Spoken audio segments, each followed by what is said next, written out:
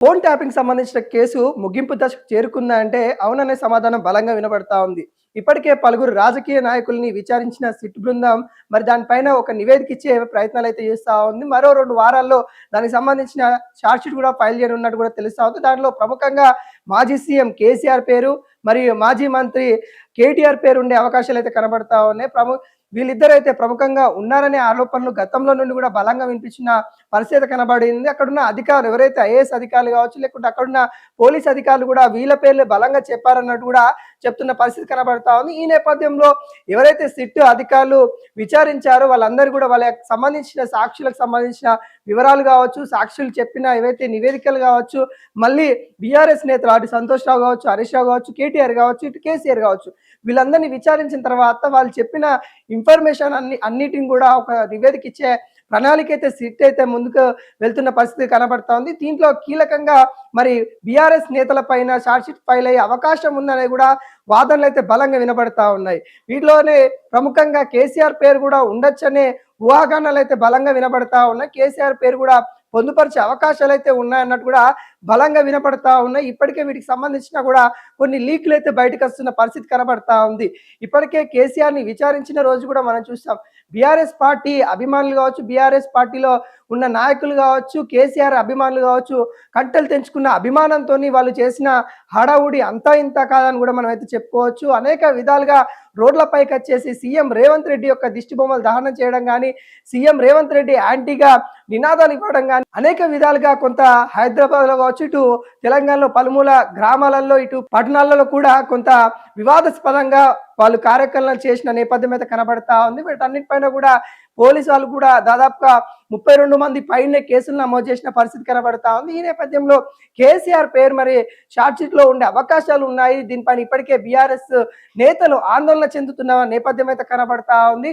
కేసీఆర్ అంటే తెలంగాణ ఉద్యమ నేత, కేసీఆర్ అంటే తెలంగాణకి మరి జాతిపిత అనే విధంగా ఇటు బీఆర్ఎస్ పార్టీ ప్రచారం చేస్తా ఉంది. అలాంటి వ్యక్తి పైన అక్రమ కేసులు, అక్రమ విచారణలు పేరుతోని ఇబ్బంది కలిగించే విధంగా చేస్తా ఉన్నారు అనే విధంగా బీఆర్ఎస్ నేతలు ఆవేదన చెందుతున్న పరిస్థితి కనబడతా ఉంది. ఇప్పటికే వీటికి సంబంధించి కూడా సిట్ అధికారులు కూడా కలిసి వాటిపైన విచారణ ఏ విధంగా చేద్దాం, ముందుకు ఏ విధంగా వెళ్దామనే వాటిపైన కూడా చర్చిస్తున్నట్టు కూడా తెలుస్తా ఉంది. మరి తర్వాత ఏంటి అసలు ఇప్పటి వరకు విచారించిన దాంట్లో మనకు దొరికిన ఆధారాలు ఏంటి, బలమైన ఆధారాలు ఉంటే కనుక మరి ఖచ్చితంగా అరెస్ట్ చేద్దాము. ఒకవేళ బలంగా లేని ఆధారాలు ఏమైనా ఉంటే ఇంకా ఏం దొరకబట్టాలి, ఇంకా ఏమి బలమైన ఆధారాలు స్వీకరించాలి, ఎవరి దగ్గర నుండి స్వీకరించాలనే విధంగా ప్రణాళిక చేస్తున్నట్టు కూడా కనబడతా ఉంది. దానిలో భాగంగానే మరి అటు కవితకు కూడా నోటీసులు ఇచ్చే అవకాశాలు అయితే కనబడుతుంది. ముఖ్యంగా కవిత దంపతులకి అంటే కవితకి తన భర్తకి ఇద్దరికి కలిసి ఒకేసారి విచారించే అవకాశాలు కూడా ఉన్నాయన్నట్టు కూడా తెలుస్తా ఉంది. ఎందుకంటే కవిత గారు కూడా బహిరంగంగానే చెప్పిన పరిస్థితి కనబడతా ఉంది. నా ఫోన్ ట్యాప్ చేసిరు, మా భర్త ఫోన్ ట్యాప్ చేసిరు, ఇట్లా ఈ కన్నా కూతురు కన్నా వాళ్ళనని కూడా చూడలేదు, అల్లుడని కూడా చూడలేదు, వాళ్ళు ఫోన్ ట్యాపింగ్ చేశారనే విధంగా బహిరంగానే ఇటు బీఆర్ఎస్ నేతల పైన తను కొన్ని వ్యాఖ్యలు చేయడం అయితే జరిగింది. ఈ నేపథ్యంలో మరి కవితకు కూడా వీటిని ఆధారంగా చేసుకొని కవితకు కూడా నోటీసులు ఇచ్చి తనకు కూడా విచారణకు రావాలని చెప్పే అవకాశాలు అయితే కనబడతా ఉన్నాయి. వీటిపైన కూడా కల్వకుంట్ల కవిత కూడా స్పందించడం అయితే జరిగింది. ఖచ్చితంగా సిట్ అధికారులు తనకి నోటీసులు ఇస్తే నేను సహకరిస్తాను, ఖచ్చితంగా నేను వెళ్తాను, నా దగ్గర ఉన్న ఆధారాలు కూడా ఇస్తాను అన్నట్టుగా ఇటు కవిత చెప్పిన పరిస్థితి కనబడతా ఉంది. ఇంకా కవితను విచారిస్తే బీఆర్ఎస్ పని అయిపోయింది, బీఆర్ఎస్ పార్టీ ఖతం అనే విధంగా కొంత ఆరోపణలు అయితే వస్తా ఉన్నాయి. ఎందుకంటే అనేక విధాలుగా బీఆర్ఎస్ పార్టీ పైన తన ఆరోపణ చేసుకుంటా వస్తా ఉన్న పరిస్థితి కనబడతా ఉంది.